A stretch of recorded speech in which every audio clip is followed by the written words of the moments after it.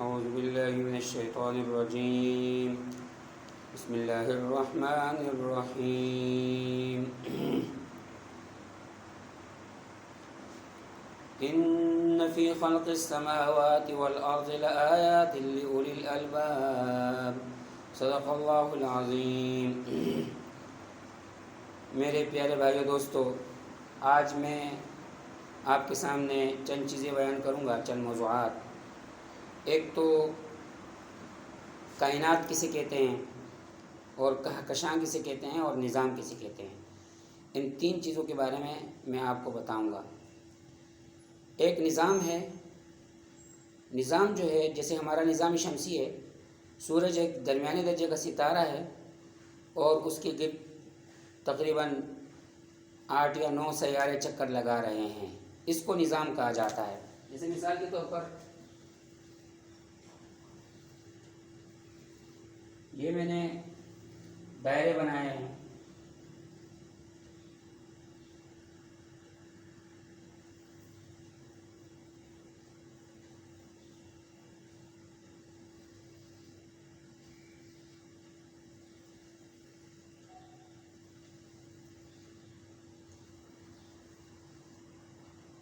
اب پہلے یہ سورج ہے مثال کے طور پر. پہلے دائرے میں عطارد ہے، پھر زہرہ ہے، پھر زمین ہے، پھر مشتری ہے، پھر مریخ ہے، پھر زحل ہے، پھر نیپچون ہے، پھر پلوٹو ہے. اور یہ گویا کہ نظام شمسی ہے. اس پورے کو نظام شمسی کہا جاتا ہے. یہ نظام شمسی ہے، اس کو نظام شمسی کہا جاتا ہے. یہ ایک پورا نظام ہے، اور اس نظام کا مرکزی ستارہ جو ہے وہ سورج ہے. یہ سورج ہے، یہ اس کا مرکزی ستارہ ہے. اس کو نظام شمسی کہا جاتا ہے. ایک کہکشاں ہوتی ہے بھائی دوستو. اور نظام شمسی میں چونکہ آپ کو یہ بھی معلوم ہونا چاہیے کہ نظام شمسی بہت وسیع ہے. یہ نظام شمسی کی وسعت کا اندازہ آپ اس بات سے لگا سکتے ہیں کہ اس آخری سیارے سے لے کر سورج تک کا فاصلہ تقریباً 5 ارب میل کا فاصلہ ہوگا، اور 3 ارب میل کا، اور 4 ارب میل کا، اس طرح. اور ہماری زمین سورج سے 9.5 کروڑ میل کے فاصلے پر ہے. تو یہ تو نظام ہو گیا. اور ایک ہے بھائیو دوستو، پیارے بھائیو دوستو، کہکشاں. کروڑوں کا نظام مل کر، کھربوں نظام مل کر، لا تعداد نظام مل کر ایک کہکشاں بناتے ہیں. اور اسی طرح کائنات کسے کہتے ہیں؟ تو کائنات پھر اس وسیع و عریض کائنات کا نام ہے جس میں لا تعداد نظام اور کھربوں لا تعداد کہکشائیں موجود ہو. اب یہ آسمان، یہ کائنات کتنی وسیع ہے. قرآن مقدس میں اللہ فرماتے ہیں وَالسَّمَاءَ بَنَيْنَاهَا بِأَيْدٍ وَإِنَّا لَمُوسِعُونَ، کہ آسمان کو ہم نے پیدا فرمایا، اور اس کو وَالسَّمَاءَ بَنَيْنَاهَا بِأَيْدٍ، آسمان کو ہم نے اپنے ہاتھوں سے بنایا. اللہ فرماتے ہیں وَإِنَّا لَمُوسِعُونَ، اور اس کو وسعت دینے والے بھی ہم ہیں. اب آپ وسعت کو دیکھ لیں ذرا. نوری سال دیکھیں کہ نوری سال کیا ہوتا ہے. مثال کے طور پر آج کا سائنسدان روشنی کی رفتار سے کوئی چیز نہیں بنا سکتا. یعنی کوئی ایسی چیز نہیں بنا سکتا کہ وہ روشنی کی رفتار سے بہت زیادہ تیز چلے. روشنی کی رفتار ہے فی سیکنڈ میں 1,86,000 میل. اور آج کل انسان جو زیادہ سے زیادہ تیز رفتار شے بنایا، مثلا بندوق کی گولی کی جو رفتار ہوتی ہے وہ 11 کلومیٹر فی سیکنڈ ہوتی ہے، 7 میل فی سیکنڈ ہوتی ہے. اور راکٹ کی رفتار بھی تقریباً کچھ زیادہ یا کچھ کم اتنی ہی ہوتی ہے. زمین کی فضا سے خلا میں نکالنے کے لیے راکٹ کو گولی کی رفتار سے زیادہ تیز رکھا جاتا ہے. یعنی اس کی رفتار تقریباً 11 کلومیٹر فی سیکنڈ رکھی جاتی ہے، تب جا کر جو ہے وہ زمین کی فضا سے نکل کر اوپر کائنات میں، اوپر جو ہے خلا میں جاتا ہے. تو یہ تو انسانوں نے جو آج کل جو انسانی ترقی ہے یا ٹیکنالوجی ہے یا کچھ بھی ہے، اس کی کوئی اہمیت نہیں ہے.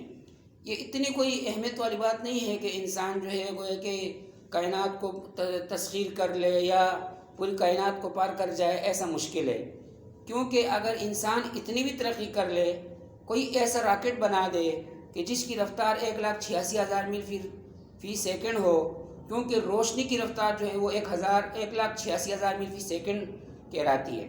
اب دیکھو، میں آج آپ کے سامنے لائٹ ایئر یعنی نوری سال کی تعریف کروں گا. نوری سال کسے کہتے ہیں بھائی؟ نوری سال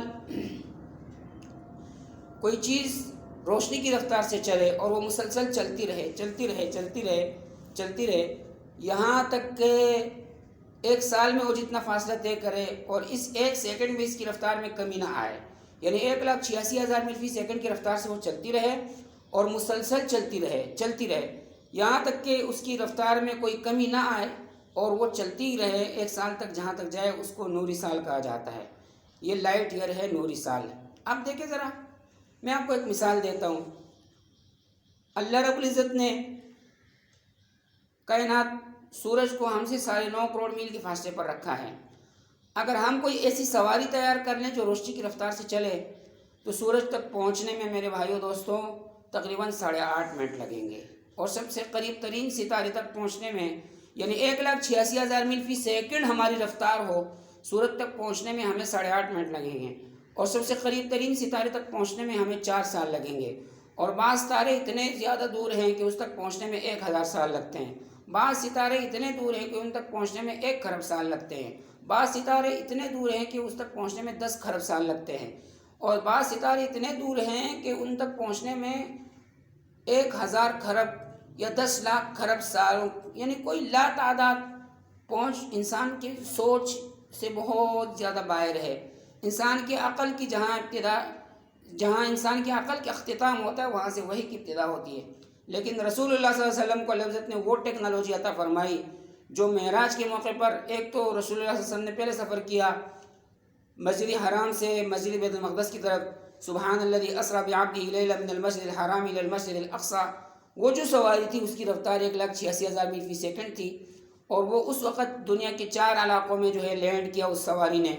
مدینہ منورہ میں مدینہ منورہ کی زمین دکھائی گئی، صحرائے سینا دکھایا گیا، اسی طرح جو ہے یعنی وادی تیہ اور صحرائے سینا دکھایا گیا، کوہ طور دکھایا گیا، آگے چل کر جہاں انجیل نازل وہ مقام دکھایا گیا، اور چوتھی بار لینڈنگ جو ہے وہاں بیت المقدس میں ہوئی۔ گویا کہ رسول اللہ صلی اللہ علیہ وسلم کا جو اس زمانے میں جو سواری تھی، انہوں نے گویا کہ مدینہ ایئرپورٹ پر لینڈ کیا، مدینہ دکھایا گیا کہ آپ کا ہجرت کا مقام یہ ہے، اور پھر رسول اللہ صلی اللہ علیہ وسلم آگے چلے اور کوہ طور اور وادی سینا دکھائی گئی، اور اسی طرح پھر آخر کار بیت المقدس میں رسول اللہ صلی اللہ علیہ وسلم اترے۔ دوسری جو سواری تھی رسول اللہ صلی اللہ علیہ وسلم کی، جو کل کائنات کو پار کر گئی، اور وہ جو سواری تھی وہ 1 سیکنڈ سے بھی پہلے اس کائنات کو پار کر گئی۔ حالانکہ انسان اگر اتنی ترقی کر لے کہ 1,86,000 میل فی سیکنڈ کی رفتار سے وہ چلتا رہے تو وہ اس سورج تک 8 منٹ میں پہنچے گا، اور سب سے قریب ترین ستارہ جو ہمارے قریب ہے سورج کے بعد، تو اس تک پہنچنے میں 4 سال لگیں گے۔ اور یہ کائنات وَالسَّمَاءَ بَنَيْنَاهَا بِأَيْدٍ وَإِنَّا لَمُوسِعُونَ، آسمان کی اللہ فرماتے ہیں کہ ہم نے اس کو پیدا کیا اپنے ہاتھوں سے، اور وسعت بھی ہم نے دی ہے، تو یہ کائنات کبھی ختم ہوگی ہی نہیں۔ تو نوری سال کہتے ہیں کہ یعنی 1 سال تک مسلسل کوئی چیز روشنی کی رفتار سے چلتی رہے تو اسے نوری سال کہا جاتا ہے مسلسل۔ اور جیسے مثال کے طور پر سورج ہم سے 8 منٹ کے فاصلے پر ہے، مثال کے طور پر آواز کی اپنی رفتار 700 میل فی گھنٹہ ہے۔ اگر اسی آواز کی رفتار کو ہم، جیسے کہ سائنسدانوں نے، ماہرین نے موبائل کے اندر اس کو برقی روح میں بدل دیا ہے، یعنی آواز کی رفتار کو 1,86,000 میل فی سیکنڈ کر دیا ہے، آواز گویا کہ پوری 1 سیکنڈ میں 7 مرتبہ زمین کے گرد یوں گھوم جاتی ہے۔ کوئی شخص واشنگٹن میں موجود ہے، آپ کرتے ہیں ہیلو فلاں زید السلام علیکم، تو واشنگٹن میں فوراً اس کی آواز پہنچ جاتی ہے۔ لیکن اگر مثال کے طور پر کوئی شخص اوپر کائنات کے اندر یعنی سورج پر موجود ہے اور اس کو ہم فون کریں، تو میں نے اس کو فون نمبر ملایا، مثال بالفرض المحال ایسا ہو نہیں سکتا، سورج پر نہ کوئی کھڑا ہو سکتا ہے نہ کچھ، لیکن اگر میں نے اس کو فون کیا تو وہاں تک میری آواز پہنچنے میں 8.5 منٹ لگیں گے، اور 8.5 منٹ کے بعد دوبارہ وہ میں السلام علیکم کہوں گا، اور وہ 8.5 منٹ دوبارہ اوپر جائے گی، اور 8.5 منٹ میں واپس آئے گی، 17 منٹ کے بعد میں وعلیکم السلام ورحمۃ اللہ وبرکاتہ اس کا میں سنوں گا۔ اور قریب ترین ستارے پر میں اگر کوئی شخص کھڑا ہے سلام کروں اس کو، السلام علیکم ورحمۃ اللہ وبرکاتہ، اس تک میری آواز پہنچنے میں 4 سال لگیں گے، اور وہاں سے دوبارہ جو ہے جب وہ وعلیکم السلام کہے گا سراج صاحب کیا حال ہے، تو یہاں تک اس کی آواز پہنچنے میں گویا کہ 4 سال اور مزید لگیں گے، 8 سال لگیں گے۔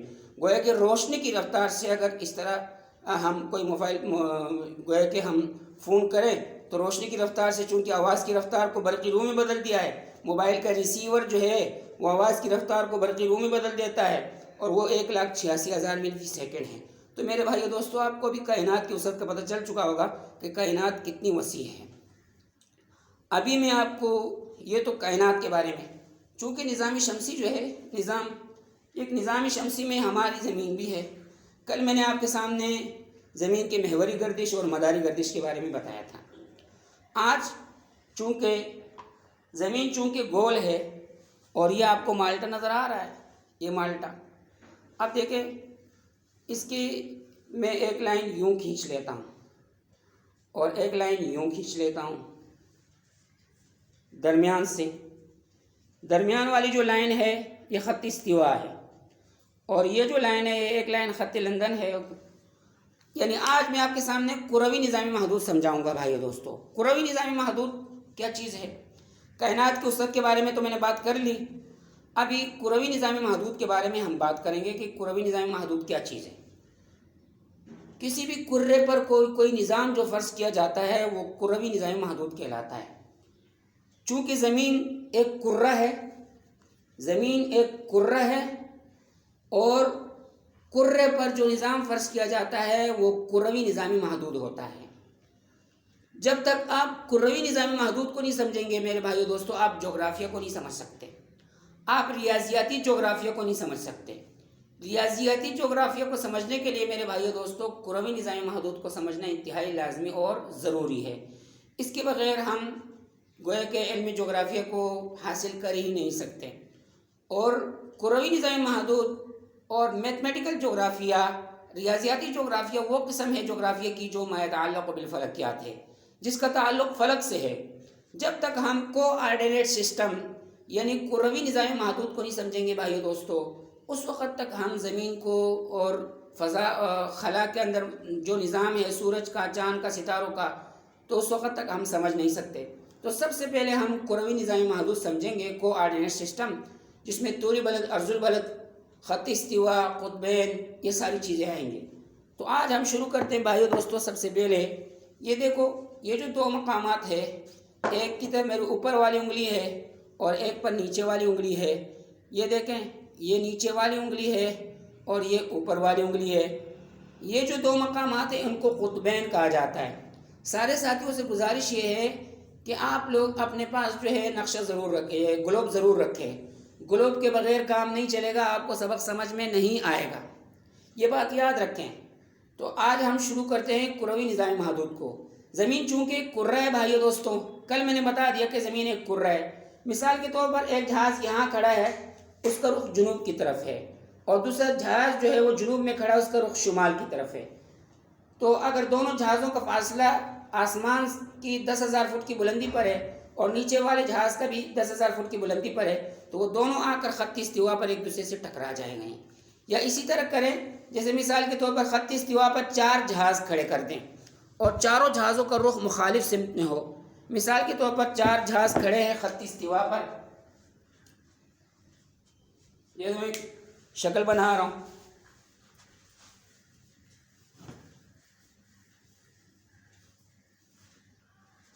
مثلا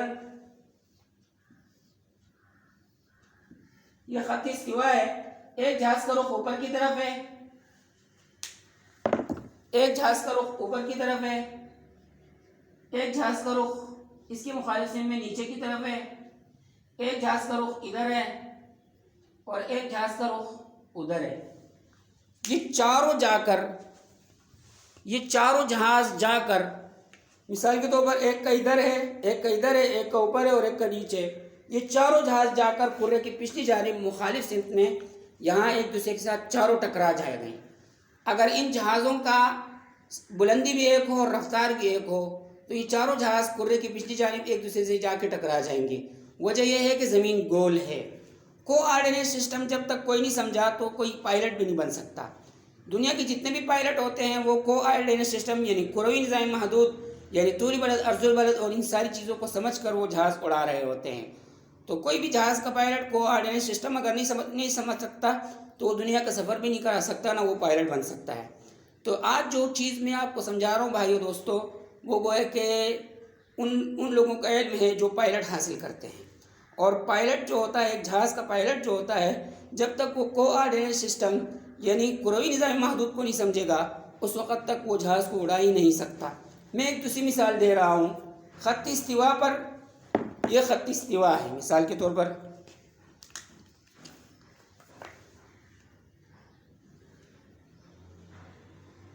یہ خط استوا ہے، یہ خط استوا ہے۔ ویسے ایک مثال میں دے رہا ہوں، خط استوا پر اگر مثال کے طور پر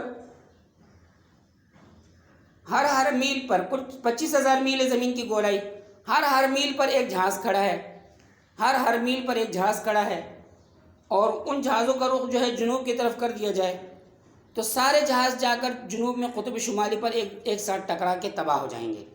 یا مثال کے طور پر بعض اوقات میں آپ کو یوں بھی کہتا ہوں ساتھیوں کو کہ قدرتی طور پر گویا کہ طوفان نوح برپا کیا جا سکتا ہے۔ قدرتی طور پر طوفان نوح کیسے برپا کیا جا سکتا ہے؟ اس کی مثال یہ ہے کہ زمین سے خط استوا پر ایٹمی میزائل جو ہے ان کا رخ جنوب کی طرف کر دیا جائے، اور گویا کہ ہر 10 فٹ کے بعد جو ہے میزائل نصب کر دیا جائے، اور خط استوا پر گویا کہ لاکھوں یا کروڑوں میزائل نصب ہو گئے، لاکھوں میزائل نصب ہو گئے اور پوری زمین کے گرد نصب ہو گئے، اور ان سب کو ایک ساتھ فائر کر دیا، اور وہ سارے جا کر جنوب میں یہ جو علاقہ ہے انٹارکٹک، اس پر ایک دوسرے سے قطب جنوبی میں ٹکرا جائیں گے، اور جب ٹکرا جائیں گے ایک عظیم دھماکہ ہوگا، اور جب ایک عظیم دھماکہ ہوگا تو یہاں جو پانی ہے وہ سارا کا سارا پگھل جائے گا، اور جب یہ پانی پگھل جائے گا تو یہ ساری زمین پانی کے نیچے آ جائے گی۔ تو طوفان نوح میں کیا ہوا تھا بھائی دوستو؟ طوفان نوح میں یہ ہوا تھا کہ جودی پہاڑ جو ہے وہ سب سے بلند ترین چوٹی ہے، ہمارے پاکستان کے پیچھے بیک سائڈ میں جو پہاڑی سلسلے ہیں، بلند ترین پہاڑی چوٹیاں ہیں، ماؤنٹ ایورسٹ ہے، اور اسی طرح جو ہے K2 ہمارے پاکستان میں ہے، یہ تقریباً 8,500 میٹر بلند ہے، اور جودی پہاڑ بھی 8,500 میٹر بلند ہے۔ تو قرآن مقدس میں جیسے اللہ فرماتے ہیں وَاسْتَوَتْ عَلَى الْجُودِي کہ نوح علیہ السلام کی کشتی جودی پہاڑ پر ٹکی، تو ایسا ہو سکتا ہے کہ اللہ رب العزت نے انٹارکٹک کے مقام پر اور شمال میں جو برف کے علاقے ہیں وہاں درجہ حرارت 100 کر دیا ہو، اور مسلسل 7 دن تک درجہ حرارت 100 ہوا ہو، حتیٰ اذا جاء امرنا وفارت تنور، جب ہمارا امر آیا تو پھر تنور ابل پڑا، تو زمین کا پانی ابلتا رہا یہاں تک کہ پوری زمین جو ہے وہ پانی کے نیچے آ گئی۔ وَأَنزَلْنَا مِنَ السَّمَاءِ مَاءً بِقَدَرٍ فَأَسْكَنَّاهُ فِي الْأَرْضِ، اللہ فرماتے ہیں کہ ہم نے آسمان سے پانی نازل فرمایا اور ہم ہی اس کو سکون دینے والے ہیں۔ لہٰذا پانی جو ہے 2 چیزوں کا نام ہے، ایک ہائیڈروجن اور دوسرا آکسیجن۔ ہائیڈروجن اور آکسیجن گیس پر جب تپش پڑتی ہے تو وہ بھاپ بن کر اوپر اٹھ جاتا ہے، اور پھر وہ بادل کی صورت اختیار کر کے وہاں پہاڑوں پر برستا ہے، اور پہاڑوں سے پھر دریا بن کر دوبارہ نیچے کی طرف سمندروں میں آتے ہیں، اور یہ گول چکر وَالسَّمَاءِ ذَاتِ الرَّجْعِ، یہ گول چکر یوں چل رہا ہے۔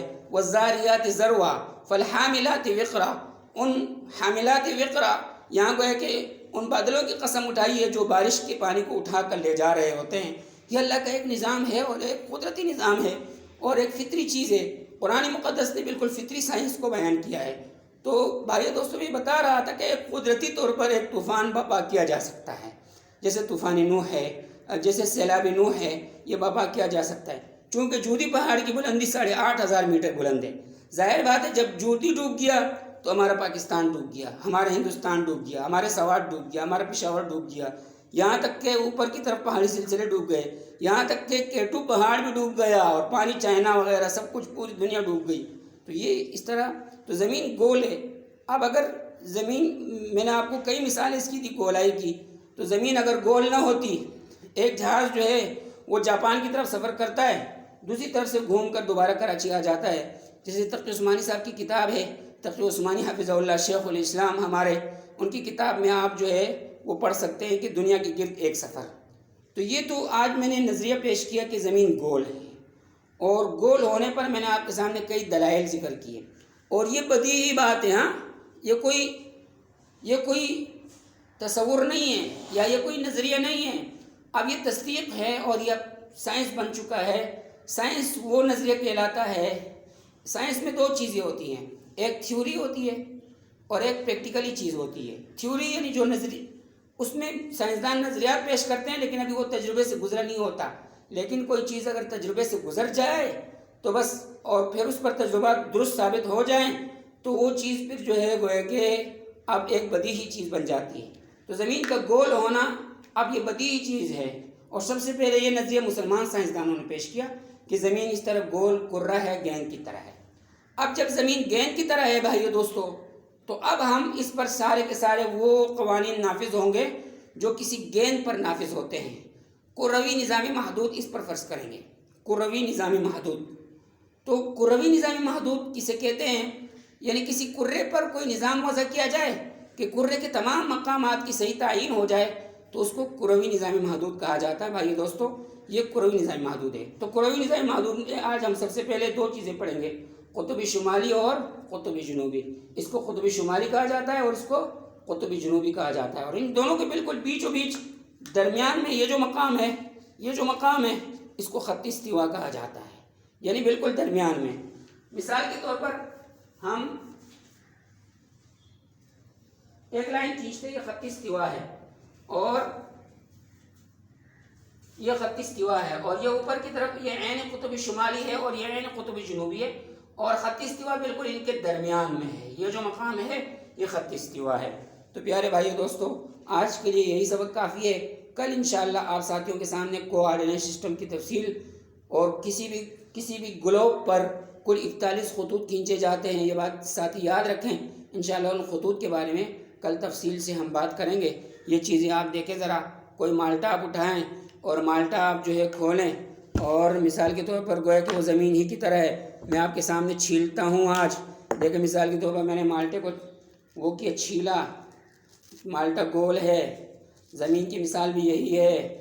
اور آپ دیکھ سکتے ہیں، یوں دیکھیں میں نے ان کے قاشوں کو الگ الگ کیا، تو طول کے قاشے بھی یوں ہی ہوتے ہیں۔ دیکھیں ذرا، یہ دیکھیں اب ایک قاشہ میں نے کھا لیا۔ تو یہ چیزیں بھائی انشاءاللہ کل پشاور والے ساتھی ہو یا مردان والے ساتھی ہو، دیو والے ساتھی ہو یا کراچی والے، سب کو میرا سلام، السلام علیکم۔ سراج علی بن عمر صادق من جامعۃ الشیخ یحییٰ المدنی۔ السلام علیکم۔